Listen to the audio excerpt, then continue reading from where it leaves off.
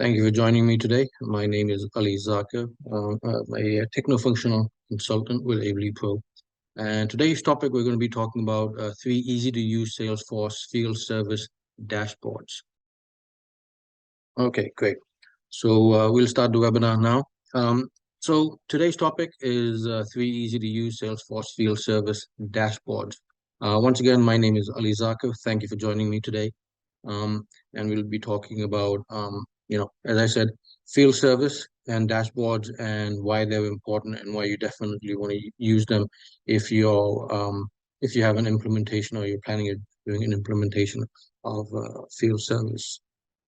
So the agenda today, why use field service reports and dashboards, the importance of reports and dashboards again, and then we'll actually be looking at some dashboards also.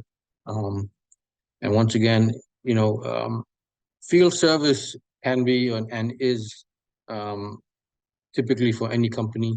It's a very complex operation. You have a lot of moving parts, and you don't have visibility because you have your technicians or your individuals out in the field, and gauging exactly what's happening can be difficult. So that's where dashboards come into it. You can have a look at it from a high level, see what's happening, and if need be, you can drill down on that information and really figure out what's going on. See what's going well and what might not be going well, and identify issues and see how you can improve everything. Salesforce can scale from relatively small operations to where you have technicians in the thousands. So depending upon your scenario, Salesforce can grow with you and things of that nature.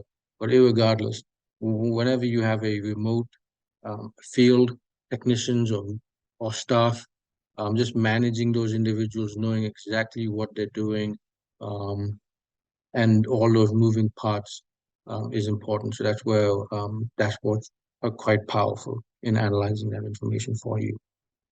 So moving on, why we want to use dashboards. As I had said, you want to have a 360 degree view of your operations. Actually, before I jump into the actual presentation, I always forget. I want to just do a quick survey. And if you could reply back, I'd appreciate that. I just want to gauge the individuals that we have in the webinar. And at the end, if you have any questions, we can get to those. Okay. So in this group, some people are in the middle of the implementation, and others have already implemented field service and using it on a daily basis. Okay. Thank you for responding. I will close that out. So as I said, 1/4 are in the middle of their operations or implementing, and 3/4 have already done it. All right, great. So why do we want to use dashboards? As I had said before, field service is quite complicated. You have a lot of moving parts. You have a lot of technicians out in the field. So you want to have a complete view of your operations. You want to monitor and once again, dashboards can be utilized in real time. They're not static per se. So at any given time, you can run your dashboards and you can see exactly what's happening, let it be in the morning, in the afternoon, whatever the case may be. So you want to be able to monitor your technicians out in the field. You want to know the statuses of those particular jobs that are happening out there. And you also want to see how you're utilizing your individuals and your staff. Because once again, it's very expensive to have technicians. Depending upon how long a job is taking, are you utilizing your staff the best way? Are they traveling distances that are kind of not within your KPIs? So it just gives you an overall picture of what's going on. And then going on, you can, the technician's performance analysis. You can see how well, as a group, your technicians are performing the work. And then also, if you drill down, you can look at individual people and see how they're doing, how they're performing. Maybe one technician does one type of a job better than another. So it really just, once again, you can look at it from a high level, and then if need be, you can drill down and really look at more information. I'm just going to move this over here. And once again, because they're dashboards, it's you're visualizing this information. So when you're looking at it, you can really grasp what's going on very quickly.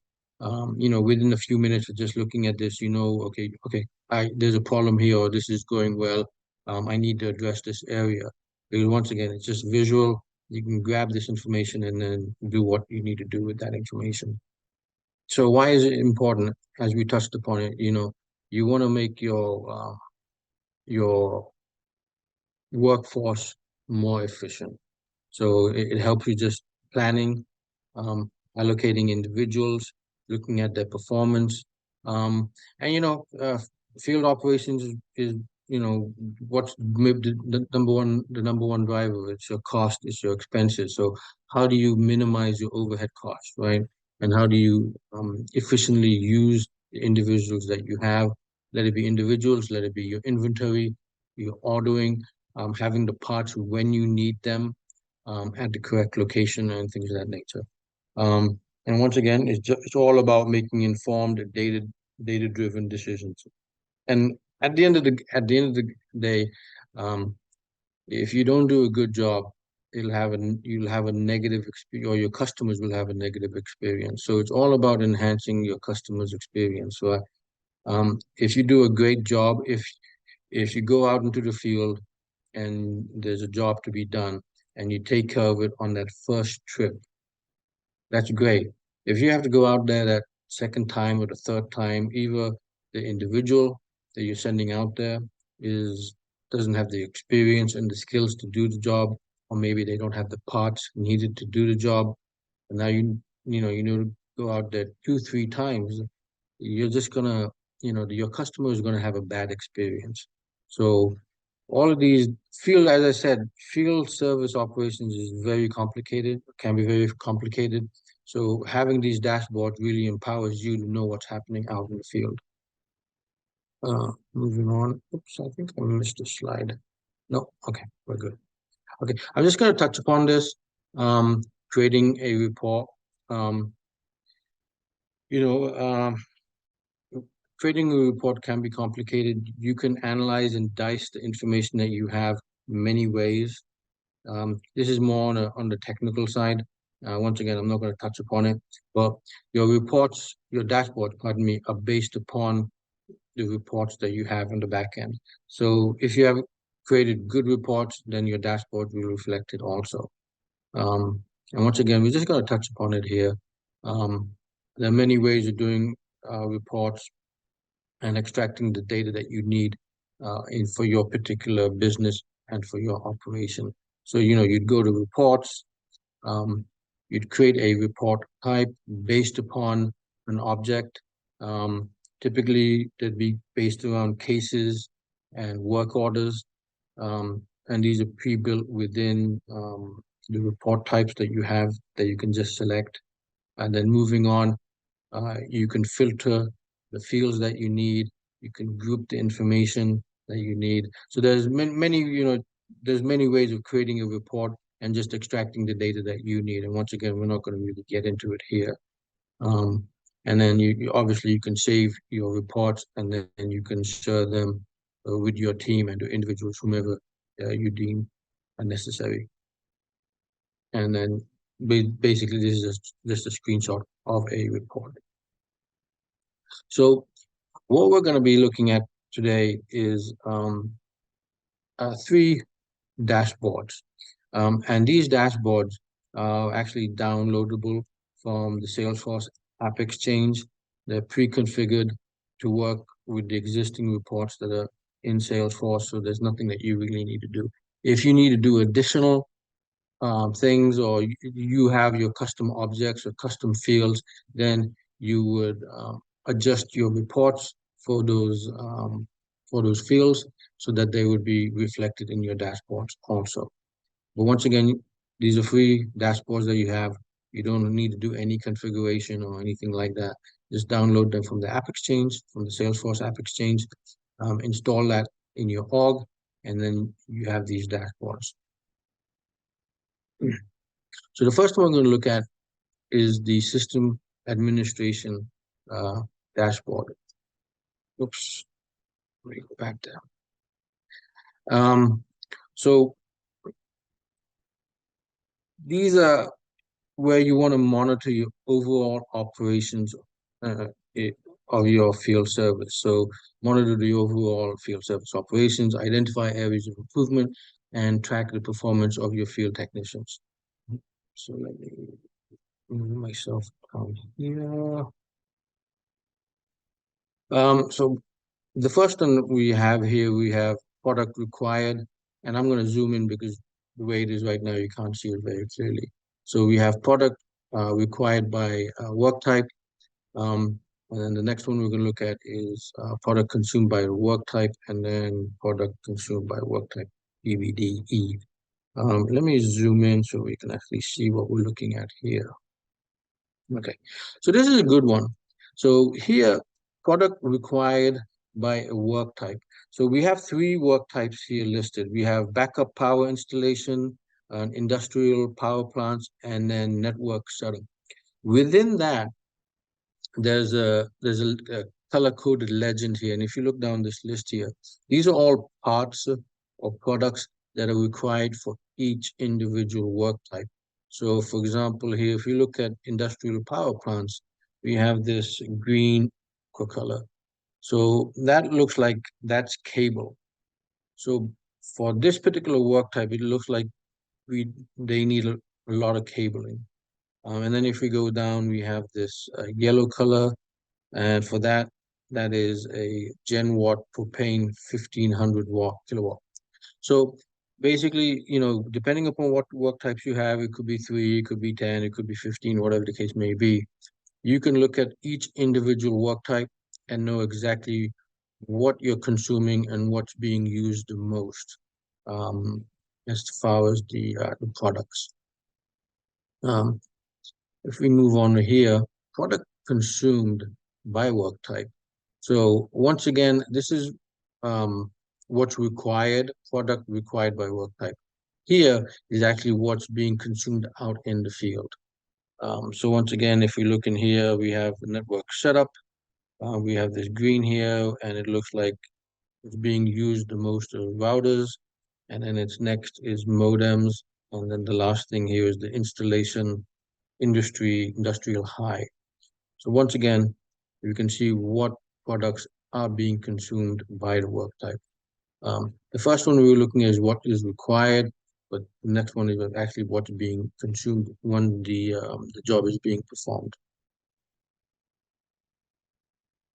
And the next one is similar, product consumed by a work type, and is broken down. Now we'll go to the next dashboard, which is number 4. Work order without a work type. Typically, all the work that you do, you'd want to have a work type. So in this scenario here, it's saying that there's 7 that you performed the job and there was no work type associated with that. In the ideal situation, in my opinion, that really should be 0, but it all depends on your operations and how you manage things. This is just a way of knowing, okay, fine, you're doing work and it's not being categorized. So maybe this is an area where now you can drill down and see, okay, what type of jobs are we doing? And now create a work type that is accounted for. So you know exactly what type of work is being performed. Number 5, work type usage. So once again, we're having a breakdown of how many work types you have and what those work types are. So for example, here we have 7, which looks like by far the largest. And unfortunately, it's not labeled here. But if we look at another one here, this dark blue one, which is 2, that's an industrial power plant. So once again, we're looking at all the work types and we're really drilling down, or not drilling down, we're looking at a high level and seeing what type of work types we're doing, what are the majority of the work types that we're performing, and things of that nature. And this is another, very good one. Um, you work type duration percentage. And what we're looking at here is actual versus estimated. So here it says network setup is at 200%. So what you're estimating is probably 100 minutes, let's say, but when you're actually going out there and performing the work, it's taking you 200 minutes. So the estimate that you have in the work type is way off. So that means something is either that the work type needs to be adjusted, reality, or maybe the technicians don't have the skills required to do the work, or they don't have the parts required to do the. So that's a good example where you need to drill down and see what exactly is going on. Maybe it's simply, yeah, it does take that longer to perform the work, or there's actually a legitimate issue now, and you need to account for that and make adjustments in your estimation. And once again, on every dashboard, if you notice, you have this link here where it says view report. So if you need to drill down, you can drill down and look at that report. Let me look at this. Yeah, so these dashboards are different than what is in regular Salesforce. As I had said, these dashboards you can download from the App Exchange, and these are specific for field service operations. Okay. Moving on to the next dashboard, Inventory Manager. So let's zoom in once again so we can have a better idea. Okay. So in any operations, typically you're going to have parts, tools required, inventory required to do a job. So you need to know what you have on hand, what you need, and things of that nature. So the first one that we have here is product item quantity on hand. So this is a very simple dashboard. We're just looking, for example, here, routers, we've got 26, modems, we have 24. This is just telling you what you currently have in your inventory. And if you want to, you can customize this and you can break this down by location. So there's East Coast, West Coast, whatever makes sense in your scenario. Um, Next one we have is a product transfer not received. So you've made a request maybe from one warehouse to another warehouse, and these are the ones that are outstanding that you haven't received. Or in field service, you can do it from a van to another location, from van to van, different combinations. But whatever a location is the product transfer there. So whatever's pending. And these are products not received, number 3. So maybe you've made a request from a wholesaler and you're still waiting for those items to come in. So that's as simple as that. Moving on, most consumed products from stock. So this is an important one. You want to see what items you're using the most, what products you're using the most, so you can keep those in stock versus something else that you don't use that often and maybe you just need just a handful of those items. So this gives you a picture of what you have on hand in stock. And once again, these reports, you can customize them if there's a particular thing that you're looking for or you're trying to extract, as you might say, or view. Product required by work order. So if you go back to the work orders, we can see here by far cables are required more than any other product. Modems is only 6. So you know exactly what you need on hand to be able to perform work. And this is a product required by work order. Depending upon how you have your org set up, if you're utilizing work order line items, this will give you the same information. Basically, what products are required per work order line item. Before I move on to the next one, there is a question, I believe, again. Okay, answer that one. Okay. Moving on to the next dashboard, Service Manager Dashboard. So this is where it empowers your managers to make informed decisions once again, and just monitor what's happening out there in the field, and you know, look at individuals or as a group, how your technicians are performing out in the field. And once again, this is all, once you run these reports, is all live data so you can see what's going on. So let's zoom in here. So if we were to run this report right now, it's saying that we've got work order count is at 12. Um, Now, this is a very important one, in my opinion, and this goes back to customer satisfaction, first time fix rate. So right now, it's showing that it's at 89%. So it's right on the edge of being in the green, which is 90 to 100. And as I said, uh, from an operational point of view, from a financial point of view, for a business, Uh, if you're going out in the field to perform a job, you want to get it done the first time.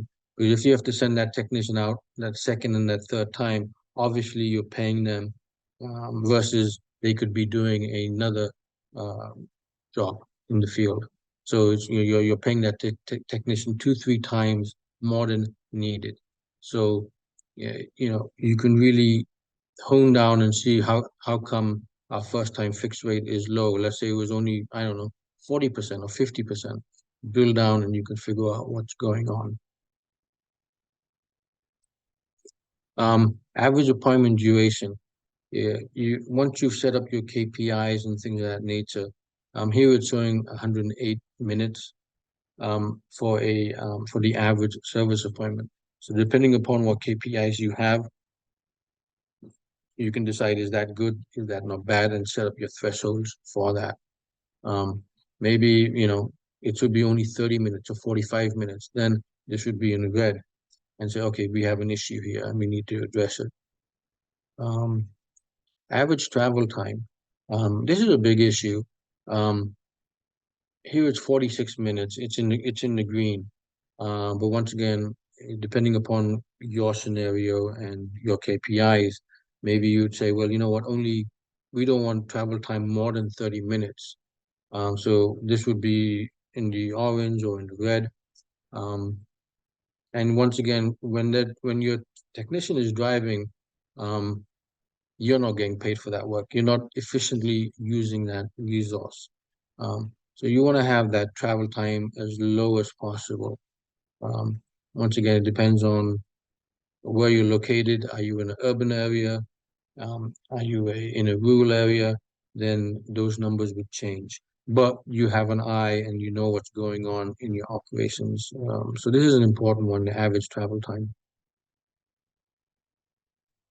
Moving on, number 5, work orders by month. So this is just an overall picture. Once again, is how many work orders you performed. In August, it looks like there were only 8, and in September there's only 4. Once again, obviously, these are just sample data. In a typical org, there you'd have way more than that. Work order status. Once again, you can see what's going on right now. So there's 12 in here. And once again, you have the key over here, and you can see, for example, here we have in the blue, we've got 8. So that's new. And then these other ones are all ones also. So you have the legend here, and you can just see what's going on. Work order priority, broken down, low, critical, high, and medium. So you can just see what's going on in your operations. Work order by account. If you prioritize your bigger accounts versus your lower accounts, you can basically just have a look and see, okay, what are my work orders that are coming in by account? And it's just broken down. So you can very quickly see, well, how come we're having, for Burlington Textile, we've got 4. And you want to have that at argument's sake 0, only 1. Um, so that you just have an idea of what's happening in your operations very quickly, so that if you need to address an issue, you can address that issue very quickly. So that's actually the end of the webinar. Thanks for joining me. If you have any questions, I think I answered the question, but I'll repeat it again. Are these dashboards and reports different than what you have in the regular Salesforce? And as I said, yeah, these ones you download from the Salesforce App Exchange. You can just look it up, Field Service dashboards, and you can download it and install it in your org, and that'll work with the standard objects that you already have in Salesforce. If you need to customize them, you can customize them. If you have particular objects and fields that you need to look at in detail or at high level, as you might say, you can do that also. So the dashboards I showed you, they're a good base, but typically, especially in larger organizations, there would be customization, and you can add to those dashboards and see the information that you need. Once again, any questions that you might have at a later date, this is our contact information. We're more than happy to help you out, excuse me. Yeah, so once again, field service is quite a complicated operations. From an operational point of view, it's complicated, as well as from an implementation point of view, it can be complicated also. So yeah, we're here to help you. If you have any questions, this is our contact information. And once again, thank you for joining me today, and have a good day. Bye-bye.